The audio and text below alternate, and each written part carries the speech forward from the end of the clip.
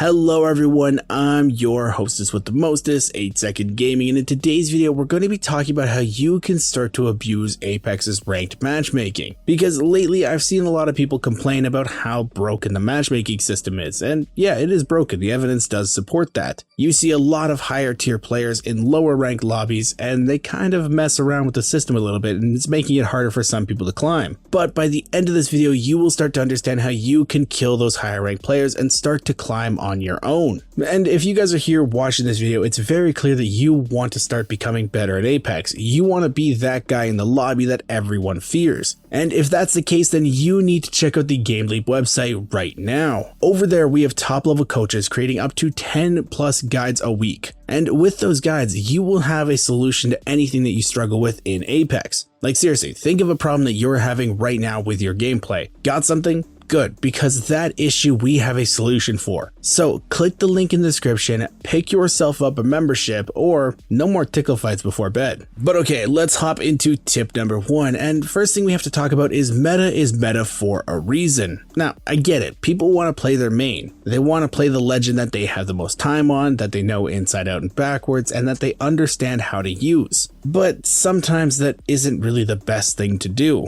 Off-meta characters tend to not have the most usefulness on a team, and they will leave holes in a team comp. Those holes can then be exploited by higher ranked players. If you watch high rank Apex Predators or even ALGS, you will see that there's not a whole lot of diversity between the team comps. They typically have the same type of legends running. And the reason for that is no matter what situation they run into, one of those legends has a solution for it. If you're playing an off-meta character, you're starting to create situations where you don't have solutions. Like take Mirage for example. A lot of people enjoy playing him. They like his voice lines, they like his personality, but in terms of the game, he's not actually the most useful. He doesn't have a lot of situations that he's good in, and up in the higher ranks, a lot of people understand how to counter him, so there's even less situations that you're good in. The best thing that you can do is take a look at a legend tier list, understand the meta, figure out what one you would enjoy playing, and start to learn them. In the long run, it will be a lot better for you. Jumping right into tip number 2 though, let's talk about strength in numbers. Now, I know that it's very tempting to leave your teammates in the dust, especially if they're taking way too long to loot. But the one thing that you always have to be keeping in mind is 3 bodies is better than 1. Something that players need to understand is your teammates can help without even realizing that they're helping. I see this a lot, especially with solo queue, and people tend to think that their teammates do absolutely nothing in a game and they have to carry them. And yeah, there is some validity to that. If they do absolutely no damage, then you are kind of carrying them. But they can also be helping you out without even trying. The best example is being a bullet sponge. In a fight, if the enemy team is focused on your randoms, then they're not focused on you,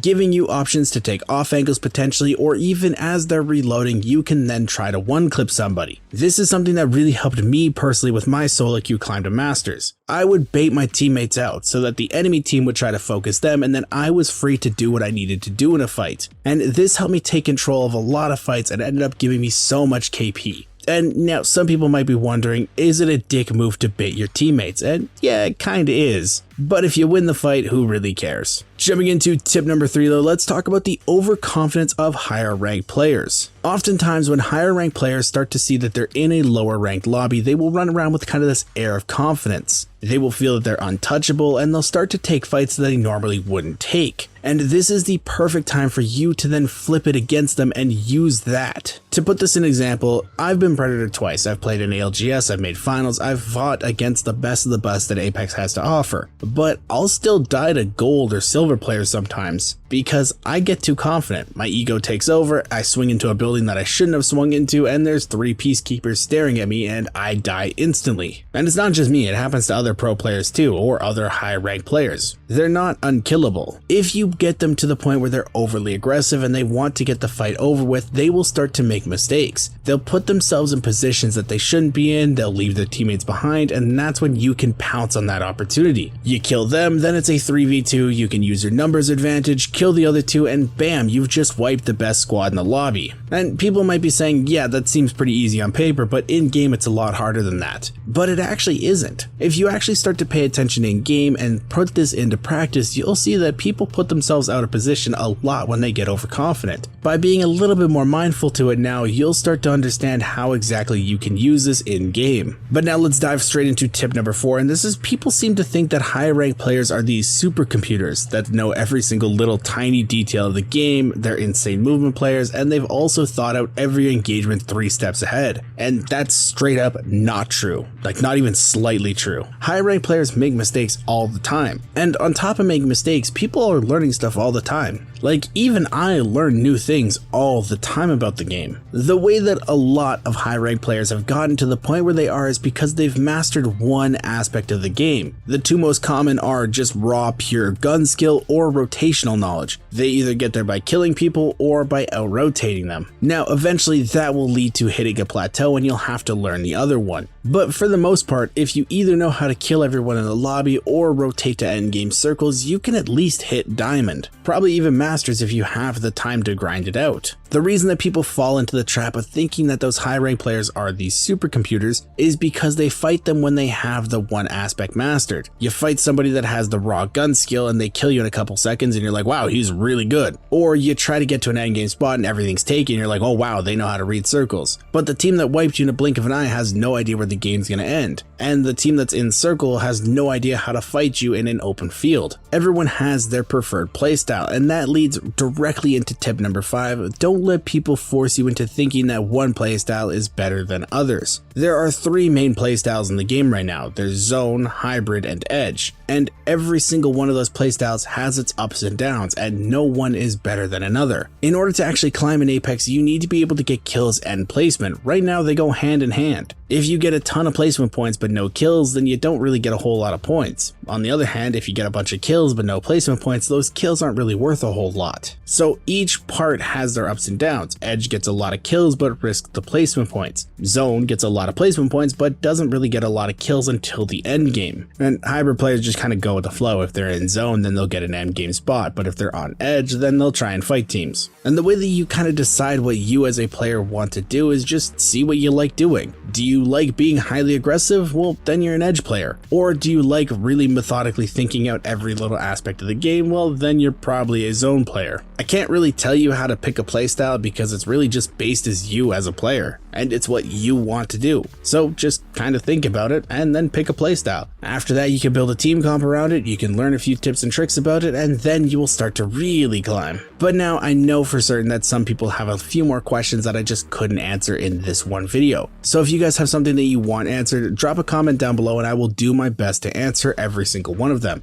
If I can't answer in a comment form, then who knows, maybe your question will inspire the next episode of GameLeap. But with that all being said though guys, I really hope you enjoyed this video and learned something new. If you did and you want to stay up to date with the latest and greatest Apex Legends tips, tricks, and news, don't forget to smash that like and subscribe button. And if you want to be notified when we post a new video, don't forget to ring that bell either. Thank you guys all for watching. Once again, I'm 8 Second Gaming and I will see you in the next one.